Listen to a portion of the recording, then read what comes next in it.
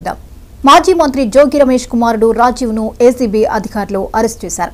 CID స్వాధీనంలో ఉన్న అగ్రిగోల్డ్ భూములను మరికొందరితో కలిసి ఆయన తమ పేర్లపై రిజిస్ట్రేషన్ చేయించుకున్నారనే ఆరోపణలు ఉన్నాయి. దీంతో ఈవేళ ఉదయం నుంచి ఆయన నివాసంలో సోదాలు నిర్వహించిన ఏసీబీ అధికారులు రాజీవ్ను అదుపులోకి తీసుకున్నారు. అయితే కక్ష సాధింపుతోనే తనను అరెస్ట్ చేశారని రాజీవ్ ఆరోపించారు.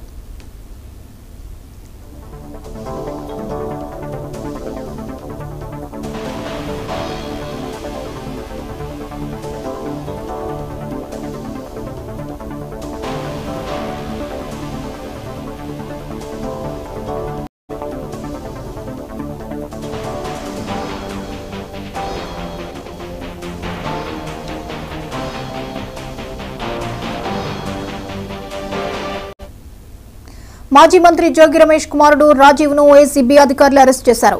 సిఐడి స్వాధీనంలో ఉన్న అగ్రిగోల్డ్ భూములను మరికొందరితో కలిసి ఆయన తమ పేరుపై రిజిస్ట్రేషన్ చేయించుకున్నారనే ఆరోపణలు ఉన్నాయి.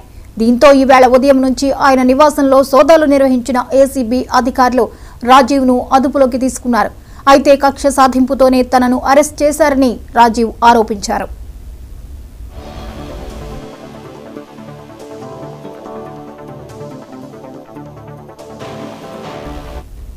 ఈ అంశంపై మరిన్ని అప్డేట్స్ ని మా ప్రతినిధి సురేష్ అందిస్తారు. సురేష్, చెప్పండి, ఏసీబీ అధికారులు రాజీవ్ను అరెస్ట్ చేసినట్లుగా తెలుస్తోంది, వివరాలు ఏంటి? ప్రస్తుతం ఉదయం నుంచి జ్యోతి ఏసీబీ అధికారులు సిఐడి అధికారులు ముమ్మరంగా దర్యాప్తు జరుపుతున్నారు. దర్యాప్తులో కొన్ని కీలకమైన డాక్యుమెంట్స్ అనేవి వాళ్ళ చేతికి అందడం అనేది జరిగింది. దాని మీద మాజీ మంత్రివర్యులు జోగి రమేష్ గారి తనయుడు రాజీవ్ను అదుపులోకి తీసుకోవడం జరిగింది. అది కొద్ది నిమిషాల క్రితం జరిగింది. దాని మీద పూర్తిగా వాళ్ళ దగ్గర సమాచారం అనేది ఉంది. ఆ సమాచారం ప్రకారమే పూర్తిగా అదుపులోకి తీసుకోవడం అనేది జరిగిందని చెప్పేసి మనకు తెలుస్తుంది. దాని మీద విచారణ చేస్తాము. ఆ విచారణలో ఎన్టీఆర్ జిల్లాలో ఉన్న అగ్రిగోల్డ్ భూములు ఏదైతే డాక్యుమెంట్స్ సర్వే నెంబర్లు మార్చి వాటి మీద బినామీల పేర్ల మీద ప్లాట్లుగా చేసి అమ్మారనేది చెప్పి ఒక సమాచారం అయితే ఏసీబీ అధికారుల దగ్గర ఉంది.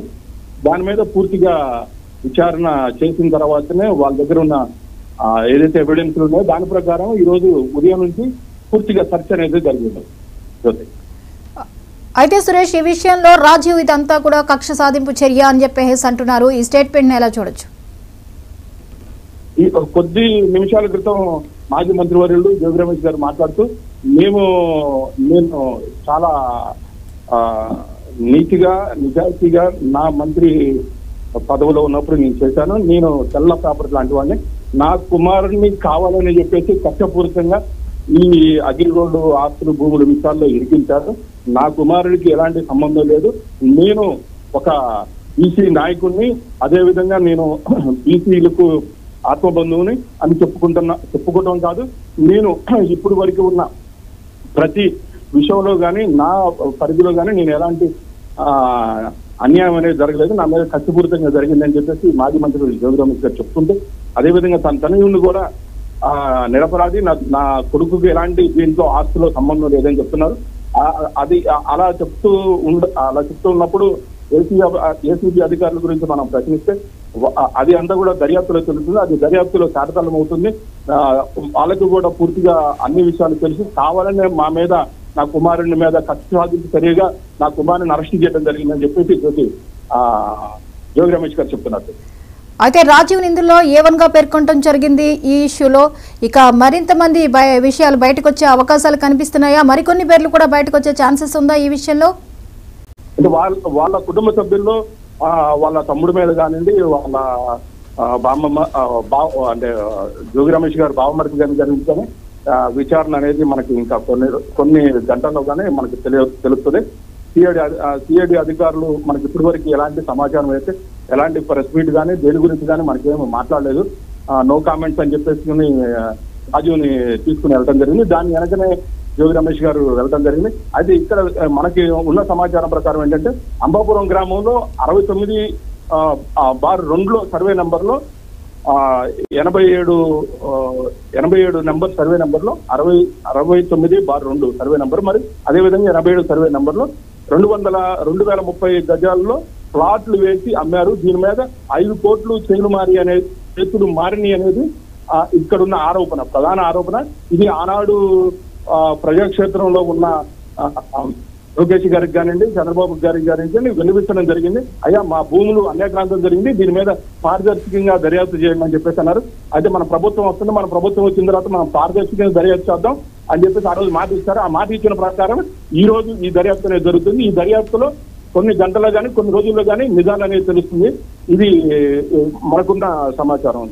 అయితే సిఐడి అధీనంలో ఉన్న భూముల వ్యవహారంలో ఇటువంటి ఆరోపణలు రావడము అనేది ఈ కేసు ఎటు వెళ్లే ఛాన్సెస్ కనిపిస్తోంది. ఇప్పుడు వరకు వైఎస్ఆర్సీపీ జోగి రమేష్ గారు కానీ వాళ్ళ సైనికుడు కానీ మేము ఎలాంటి అన్యాక్రాంతం చేయలేదని చెప్పుకుంటున్నారు. ఇది మా మీద కక్ష సాధింపు అనుకుంటున్నారు. కానీ ఇక్కడ ఏసీబీ అధికారులు కానీ సిఐడి అధికారులు కానీ పూర్తిగా వీళ్ళ దగ్గర ఆధారాలతోటి పాస్బుక్లు మార్చడం కానివ్వండి, వీటి మీద డాక్యుమెంట్లు మార్చడం కానివ్వండి, సర్వే నెంబర్లు రిజిస్ట్రేషన్ చేయడం కానివ్వండి, వీటన్నిటి మీద కూడా మా దగ్గర సమాచారం ఉంది. కాబట్టి 4 ఎకరాల భూములు అన్యాక్రాంతం జరిగాయి. ఈ బొమ్మ వెంకట చలమారెడ్డికి విక్రయించారు ఈ భూములు. ఇది ఏ విధంగా విక్రయించారనేది మా దగ్గర పూర్తి సమాచారం ఉంది. ఈ సమాచారం మీదనే మేము దర్యాప్తు చేస్తున్నాము అనేది ఏసీబీ అధికారులు దగ్గర మనకు తెలుస్తున్న సమాచారం ఉంది. కాబట్టి దీంట్లో ఎలాంటి కక్ష సాధింపులు అనేది లేదు. ఇది చట్టపరంగా జరుగుతుంది.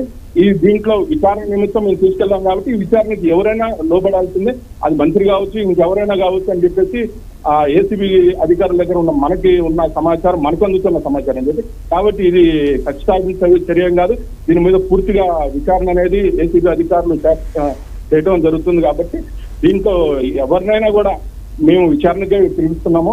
మాకు ఎలాంటి కక్ష సాధింపులో మా దగ్గర ఉన్న సమాచారం ప్రకారం మేము తీసుకోవడం జరిగింది అదుపులోకి అని చెప్పేసి తెలుస్తుంది. Right, thank you Suresh.